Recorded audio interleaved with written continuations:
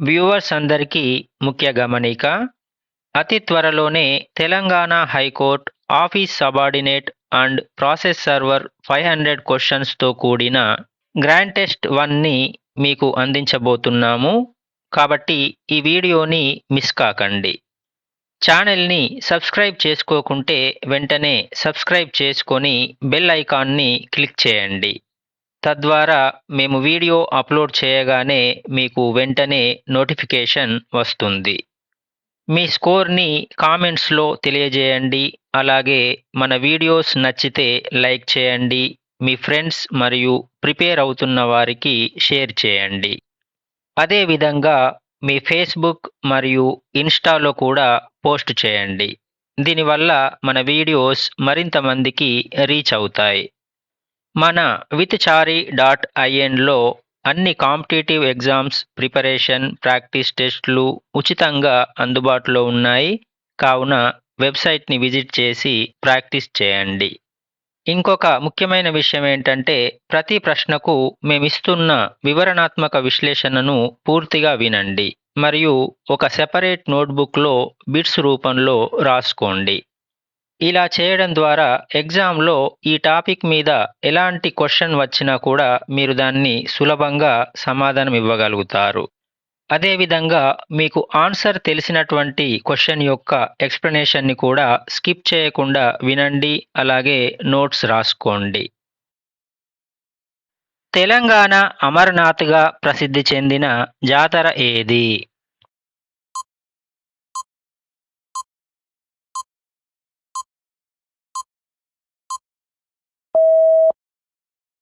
సలేశ్వరం జాతర. నాగర్ కర్నూల్ జిల్లా అమ్రాబాద్ అభయారణ్యంలోని లోతైన లోయలో వెలిసిన సలేశ్వరం లింగమయ్య జాతరను తెలంగాణ అమరనాథ్ లేదా దక్షిణాది అమరనాథ్గా పిలుస్తారు. దట్టమైన అటవీ ప్రాంతంలో కఠినమైన కొండ మార్గాల గుండా ప్రయాణించి దర్శించుకోవాల్సి రావడం వల్ల ఈ జాతరకు ఆ పేరు వచ్చింది. ఇటాలియన్ ఆఫ్ ది ఈస్ట్ అని ఏ భాషను పిలుస్తారు?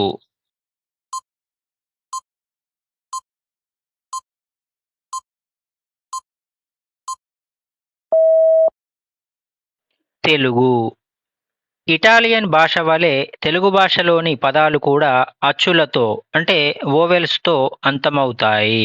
కాబట్టి దీనిని అజంత భాష అని అంటారు. ఈ ప్రత్యేకతను గమనించి నికోలో డి కాంటి అనే ఇటాలియన్ యాత్రికుడు తెలుగును ఇటాలియన్ ఆఫ్ ది ఈస్ట్ అని అభివర్ణించారు. భారతదేశంలో మొట్టమొదటి రైల్వే యూనివర్సిటీ ఎక్కడ కలదు?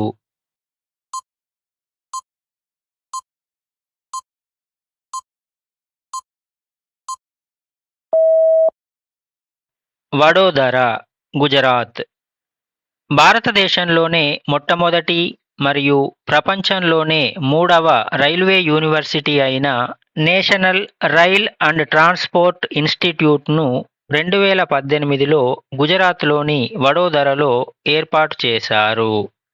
2022లో పార్లమెంట్ చట్టం ద్వారా దీనిని సెంట్రల్ యూనివర్సిటీగా అప్గ్రేడ్ చేసి ప్రస్తుతం దీని పేరును గతిశక్తి విశ్వవిద్యాలయం GSVగా మార్చారు.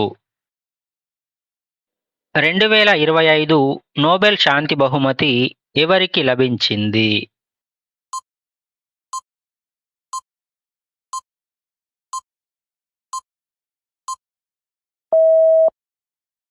మరియా కోరినా మచాడో. వెనిజులాలో నియంతృత్వ పాలనకు వ్యతిరేకంగా ప్రజాస్వామ్య హక్కుల పునరుద్ధరణ కోసం చేసిన శాంతియుత పోరాటానికి గాను వెనిజులా ప్రతిపక్ష నాయకురాలైన మరియా కోరినా మచాడోకు 2025 నోబెల్ శాంతి బహుమతి లభించింది. ఎలక్ట్రానిక్ ఓటింగ్ యంత్రాలను మొదటిసారిగా వినియోగించిన రాష్ట్రం ఏది?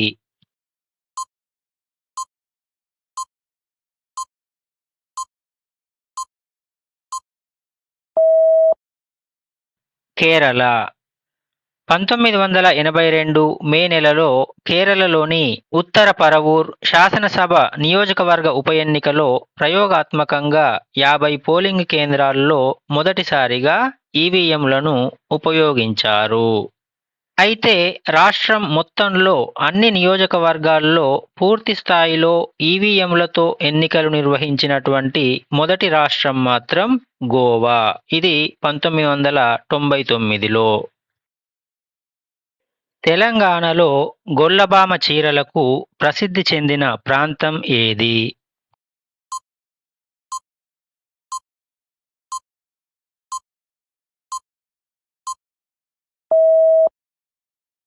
సిద్దిపేట.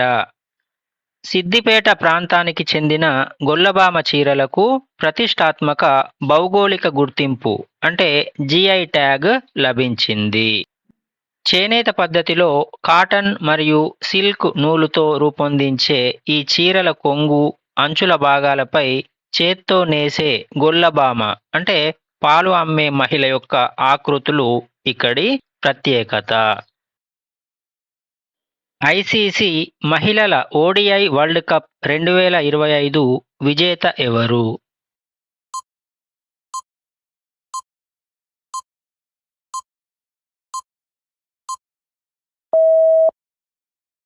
భారత్.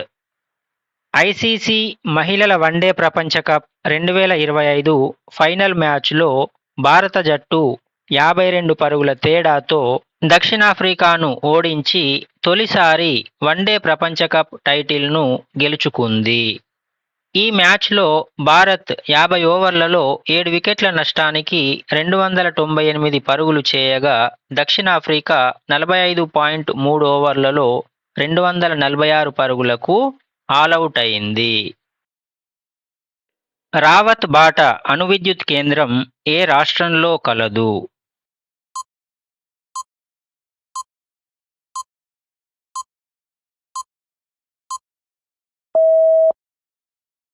రాజస్థాన్. రావత్ బాటా అణు విద్యుత్ కేంద్రం అంటే రాజస్థాన్ అటామిక్ పవర్ స్టేషన్ రాజస్థాన్లోని చిత్తోర్గఢ్ జిల్లాలో చంబల్ నది సమీపంలో కలదు. కెనడా సాంకేతిక సహకారంతో నిర్మించిన ఈ కేంద్రం భారతదేశంలో ప్రెజరైజ్డ్ హెవీ వాటర్ రియాక్టర్ అంటే పిహెచ్డబ్ల్యూఆర్ సాంకేతికతతో పనిచేస్తున్న ప్రముఖ అణు విద్యుత్ ప్లాంట్లలో ఒకటి. షోయబుల్లా ఖాన్ స్థాపించిన ప్రముఖ ఉర్దూ పత్రిక ఏది?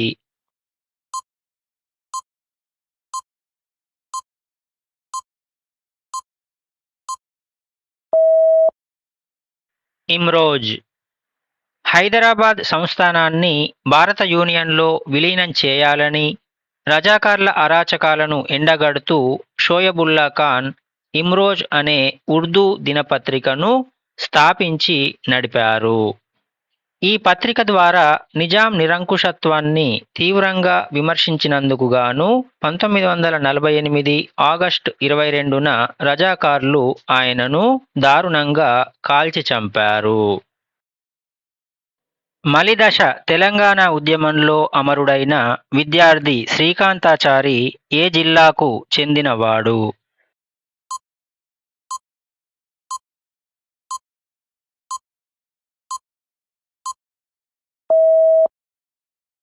నల్గొండ. మలిదశ తెలంగాణ ఉద్యమంలో తొలి అమరుడైన విద్యార్థి కాసోజు శ్రీకాంతాచారి ఉమ్మడి నల్గొండ జిల్లా ప్రస్తుత యాదాద్రి భువనగిరి జిల్లా మోత్కూరు మండలం పొడిచేడు గ్రామానికి చెందినవాడు. 2009 నవంబర్ 29న కేసీఆర్ అరెస్టుకు నిరసనగా ఎల్బీనగర్ చౌరస్తాలో ఆత్మ బలిదానం చేసుకొని మలిదశ ఉద్యమానికి ఊపిరిపోశాడు. ఎస్ఐ పద్ధతిలో పొడవుకు ప్రామాణిక ప్రమాణం ఏది?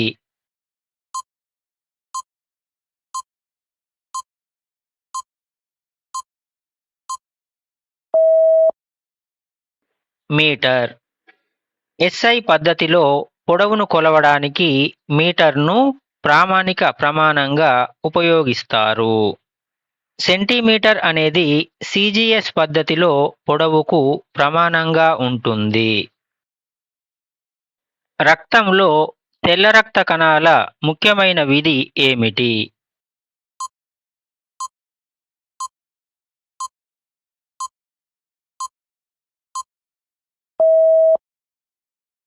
రోగనిరోధక శక్తిని అందించడం.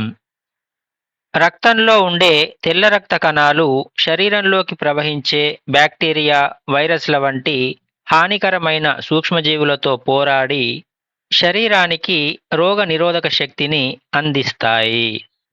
అందుకే వీటిని శరీర రక్షక భటులు అంటే సోల్జర్స్ ఆఫ్ ద బాడీ అని పిలుస్తారు.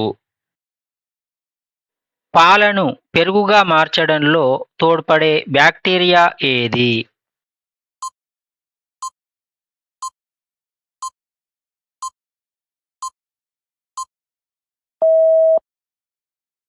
లాక్టోబాసిల్లస్. లాక్టోబాసిల్లస్ అనే బ్యాక్టీరియా పాలలో ఉండే లాక్టోజ్ చక్కెరను లాక్టిక్ ఆమ్లంగా మారుస్తుంది. ఈ ప్రక్రియ వల్ల పాలు గడ్డకట్టి పెరుగుగా మారుతాయి. ఈ ప్రక్రియనే కిణ్వ ప్రక్రియ అంటే ఫెర్మెంటేషన్ అని పిలుస్తారు. ఒడువని ముచ్చట్లు అనే గ్రంథం ఎవరి యొక్క స్వీయ చరిత్ర?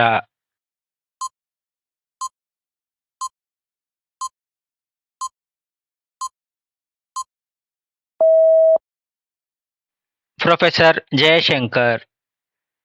తెలంగాణ సిద్ధాంతకర్త ప్రొఫెసర్ కొత్తపల్లి జయశంకర్ సార్ జీవిత చరిత్ర, ఉద్యమకాలపు అనుభవాలు మరియు జ్ఞాపకాల సమాహారమే ఒడువని ముచ్చట్లు గ్రంథం. జయశంకర్ గారు జ్ఞాపకాలుగా పంచుకున్న వివిధ అంశాలను సేకరించి రికార్డు చేసి కొంపల్లి వెంకట్ గౌడ్ ఈ పుస్తకాన్ని రూపకల్పన చేశారు.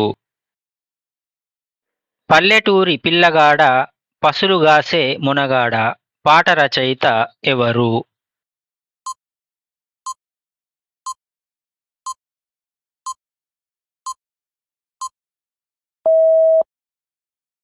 సుద్దాల హనుమంతు.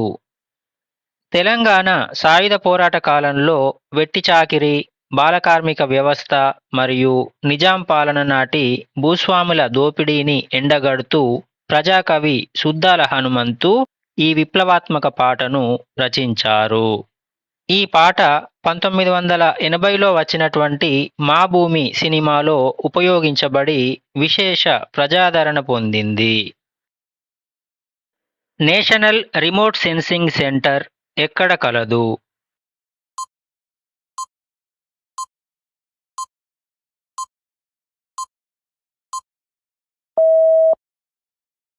హైదరాబాద్.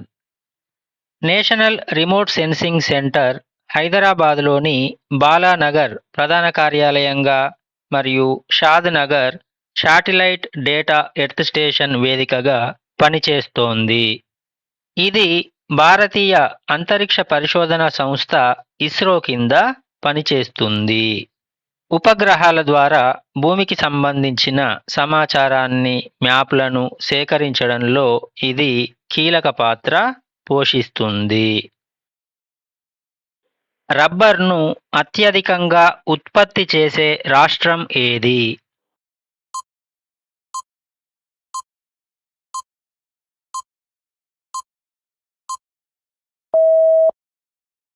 కేరళ.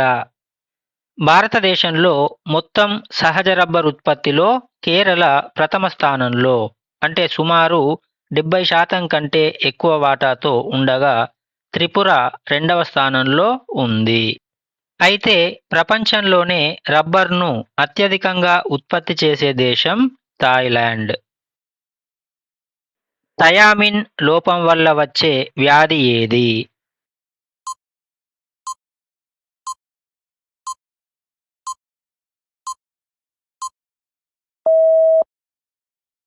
బెరిబెరి. థయామిన్ అనేది విటమిన్ బి1 యొక్క రసాయన నామం. ఆహారంలో ఈ విటమిన్ లోపం వల్ల బెరిబెరి అనే వ్యాధి వస్తుంది.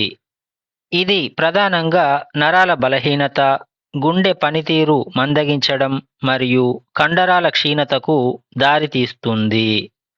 పాలిష్ పట్టిన బియ్యాన్ని ఎక్కువగా ఆహారంగా తీసుకోవడం వల్ల ఈ విటమిన్ లోపిస్తుంది. 2011 జనాభా లెక్కల ప్రకారం అత్యధిక జనసాంద్రత గల రాష్ట్రం ఏది?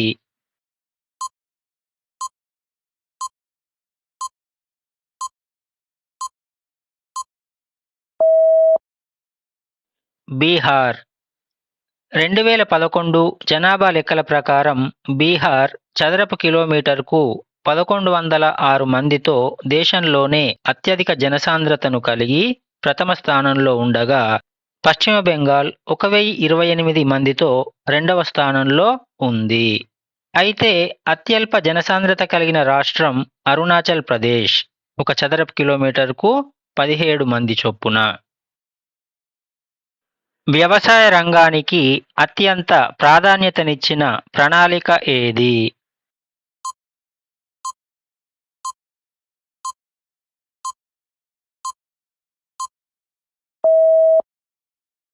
మొదటి పంచవర్ష ప్రణాళిక.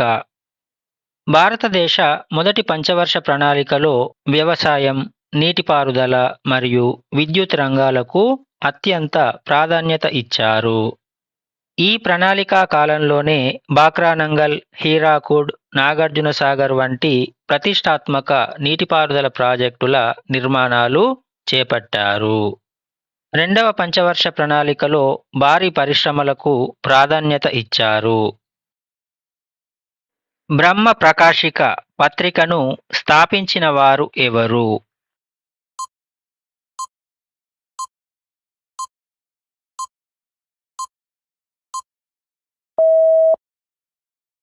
రఘుపతి వెంకటరత్నం నాయుడు. ఆంధ్రదేశంలో బ్రహ్మ సమాజ వ్యాప్తికి, సామాజిక సంస్కరణల ప్రచారానికి గాను రఘుపతి వెంకటరత్నం నాయుడు బ్రహ్మ ప్రకాశిక పత్రికను స్థాపించి నడిపారు. ఈ పత్రిక ద్వారా ఆయన సమాజంలోని మూఢనమ్మకాలను, అస్పృశ్యతను తీవ్రంగా ఖండిస్తూ ప్రజలలో సాంస్కృతిక చైతన్యాన్ని తీసుకువచ్చారు. భారత్, పాకిస్తాన్ల మధ్య గల సరిహద్దు రేఖను ఏమంటారు?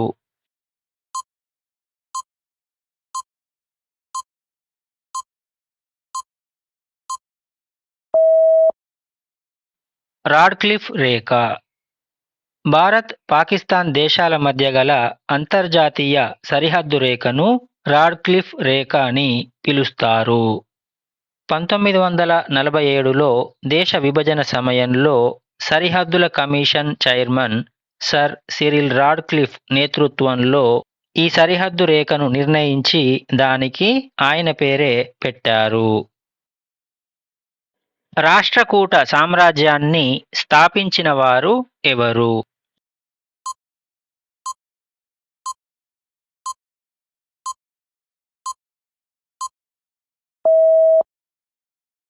దంతిదుర్గుడు. క్రీస్తు శకం 753లో బాదామి చాళుక్యుల చివరి రాజైనటువంటి రెండవ కీర్తివర్మను ఓడించి దంతిదుర్గుడు స్వతంత్ర రాష్ట్రకూట సామ్రాజ్యాన్ని స్థాపించాడు. ఈ సామ్రాజ్య ప్రాథమిక రాజధాని ఎలిచ్పూర్ కాగా ఆ తర్వాత మాన్యకేటం అంటే ప్రస్తుత కర్ణాటకలోని మల్కేడ్ వీరి ప్రధాన రాజధానిగా మారింది. చౌరీ చౌరా సంఘటన ఏ సంవత్సరంలో జరిగింది?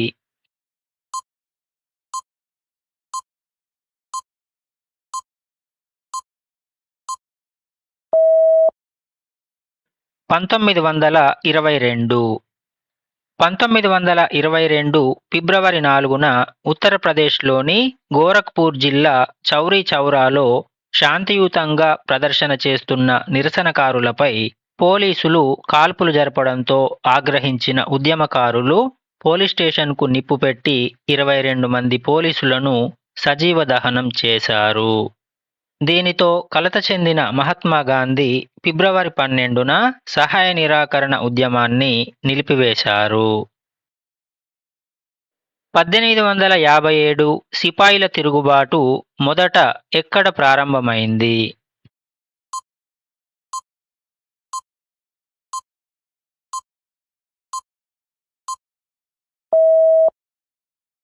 మీరట్ 1857 మే 10న ఉత్తరప్రదేశ్లోని మీరట్ సైనిక స్థావరంలో సిపాయిల తిరుగుబాటు అధికారికంగా ప్రారంభమైంది. అయితే మార్చ్ 29న బారక్పూర్లో మంగల్ పాండే కొవ్వు రాసిన తుపాకీ తూటాలను వాడనని తిరగబడినప్పటికీ దేశవ్యాప్త తిరుగుబాటు అధికారికంగా ప్రారంభమైంది మాత్రం మీరట్ నుండే. Thanks for watching. వీడియో నచ్చితే లైక్ చేయండి, షేర్ చేయండి మరియు సబ్స్క్రైబ్ చేయండి. అలానే మీ స్కోర్ని కామెంట్స్లో తెలియజేయండి. ప్రతి ప్రశ్నకు మేమిస్తున్న వివరణాత్మక విశ్లేషణను పూర్తిగా వినండి మరియు ఒక సెపరేట్ నోట్బుక్లో బిట్స్ రూపంలో రాసుకోండి. మీకు ఆన్సర్ తెలిసిన క్వశ్చన్ యొక్క ఎక్స్ప్లెనేషన్ని కూడా స్కిప్ చేయకుండా వినండి, నోట్స్ రాసుకోండి. మన విత్చారి.inలో ప్రాక్టీస్ టెస్టులు పూర్తి ఉచితంగా అందుబాటులో ఉన్నాయి. వెంటనే వెబ్సైట్ని విజిట్ చేసి ప్రాక్టీస్ చేయండి.